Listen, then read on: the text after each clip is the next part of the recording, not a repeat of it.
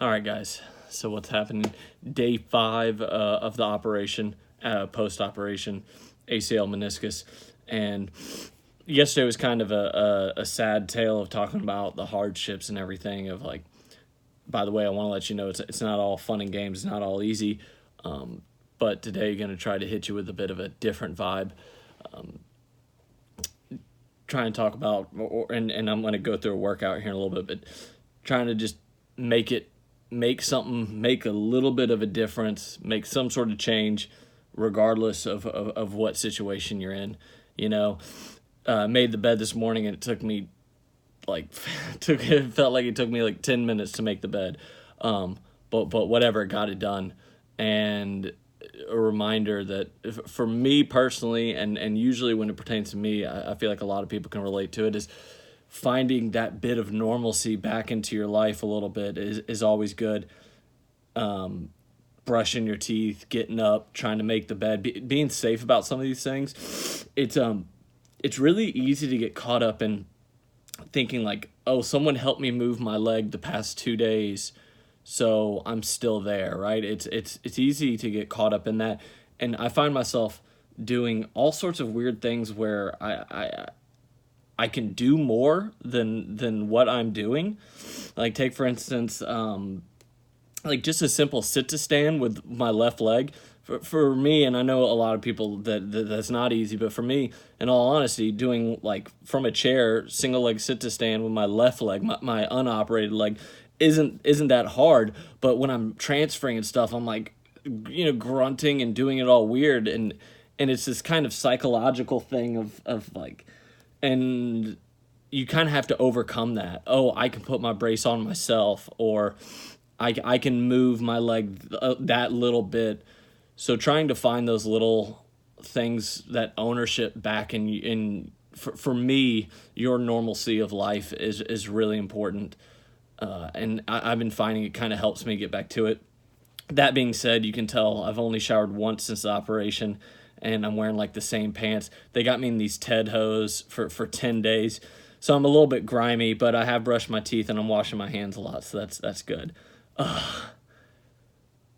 Jared has been wanting me. He's like, hey, can you go through like a workout, sets and reps and things like that? And to be honest with you, the first couple days, I haven't really had a set amount. I've done like 10, 20 and everything, but it's just kind of been getting it in and whatnot. Just kind of doing it frequently throughout the day. But today I'm sitting down for a strict regimen, and I kind of had an idea of what I wanted to do today. So here it is, coming your way. It's going to be 5 rounds. We're going to do, and I've already done like 3 rounds of it, so I got 2 more, but we're going to do 30 push-ups, whatever you can get, 50 crunches, and I'm going to add like some bicycle things right there. Then we're going to go on our backside, and we're going to start working on our leg lifts. I'm going to start with the abduction ones, the Jane Fonda things where you're lying on your side. I can get about 20 of those going, and then I'm going to do the ones where you're lying on your other side and you're bringing it up, trying to get that inside thigh. And then I'm going to finish with the tough one, the straight leg raise. And I'm doing this all, if you look back there, I'm doing it all with the cast on, or the immobilizer, the straight leg, the brace on. I can do a little bit better with it on because there's a certain amount of stability. Also, I'm going to be rolling around a lot, so it feels a little bit more comfortable to kind of have that. I have been working on some straight leg raises without the immobilizer. I think it's kind of beneficial because with the immobilizer, it helps you kind of keep the leg straight. And even though you might have what they call like a bit of an extension lag, which is where you kind of have the knee bent a little bit, you can almost get away with that in the mobilizer, and when you don't have the mobilizer on, or a brace or something, and you can accomplish it, even though it's pretty uncomfortable, it's good to know what you truly need to accomplish and not the cheat. So when I'm in the mobilizer, I can now kind of define the difference between like, this is me cheating because I'm in it, but I'm going to kind of try to straighten this up and try to burn out my quad and get it a little bit stronger, or wake it up. And then versus the like, oh no, I'm actually doing this really, really good in the immobilizer. You kind of know the difference between the two. So I would encourage people to do it both with the immobilizer on at this stage, day 5, or like as you're getting into it, and then without it as well. And then I've gotten rid of almost all my home weights and everything like that.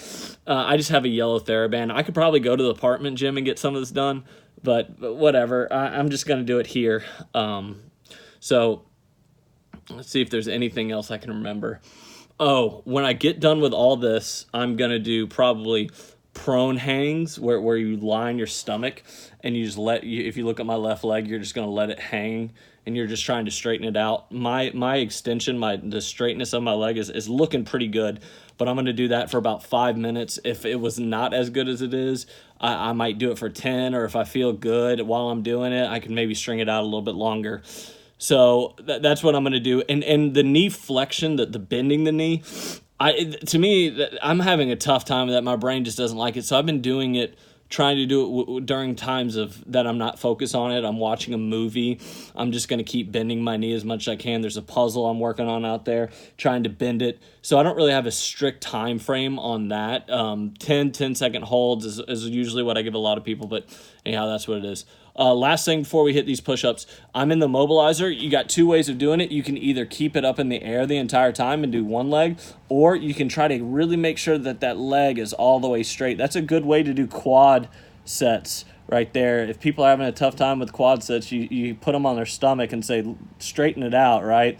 So they get an idea of it. I've done it both ways. Surprisingly, having the right leg up in the air seems a little bit easier for me. But anyhow, this immobilizer is starting to move around on me because I've been wiggling around, so we need to get to it.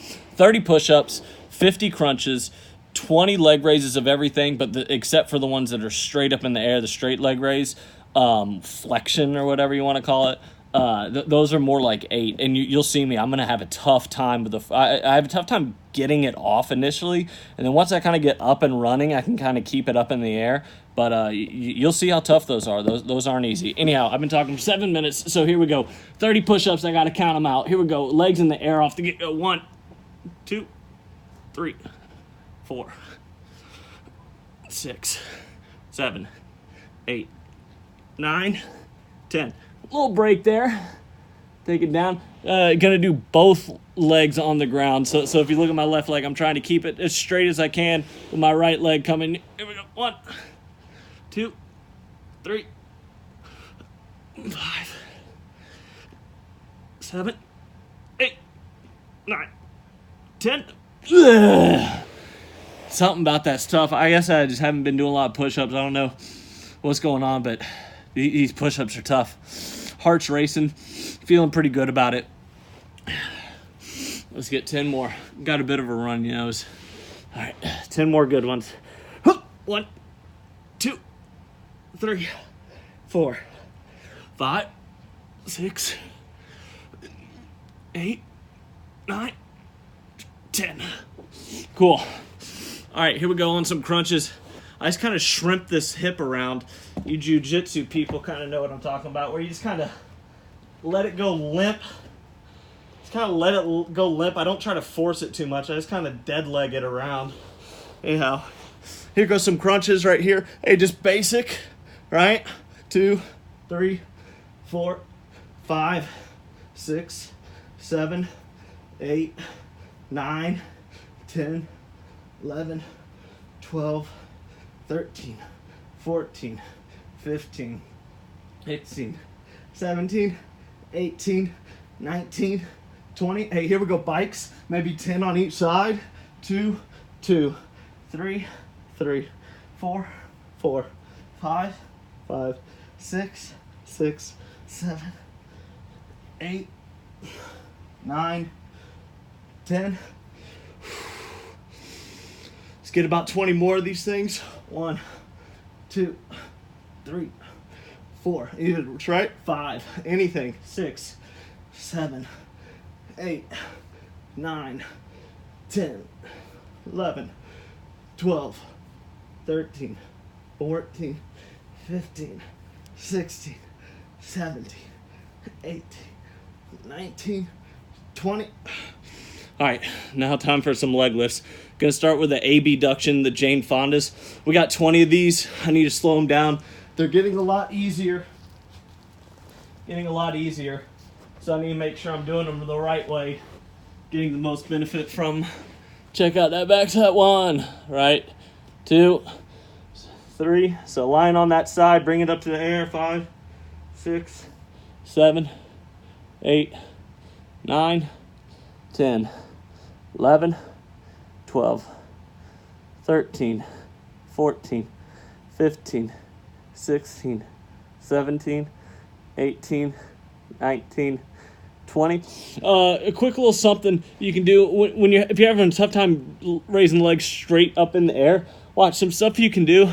It's just a little forwards from here. So while it's kind of up in the air like this, you can go side to side. So my people that are listening to this, raising the leg on the side, it's kind of hard to describe what's going on. But this is kind of like horizontal leg flexion in a side lying position. Still against gravity, still having to work my quad. Or you can kind of mess with it. You can kind of tweak things. Maybe I'm not all the way against gravity right here. I'm kind of doing this kind of 45-degree angle thing, right? And that I'm still feeling that in my quad. Help that fire. Help that get going. A little twinge of pain there. Wasn't pain, that's not the right word. A little twinge of uncomfortableness because my body is got cut open 2 and 5 days ago. But that's okay. We can have some confidence that we're not doing a lot of damage with these things right here, right? Not putting weight through it. Not doing any sort of weight bearing and twisting or anything like that. This is pretty low-level safe stuff. Sometimes it can feel uncomfortable, but somewhere in the back of your mind, you have to remember, like, I'm probably not damaging that. I know it hurts. I know that quad tendon is really firing, and it's really kind of trying to remodel and things like that, and you need to respect it and scale it appropriately. You know, take it back where you need to. But somewhere in the back of your mind, just, like, probably not damaging this thing. You know, weight bearing, cutting, running, that's different, right? But just these simple leg lifts, that's a completely different ball game right there. Here comes these. We got 20 of these. I do these weird. I'm having a tough time bringing it over the top right now. I guess like this hip mobility is having a tough time. Yeah, I'm doing it right here.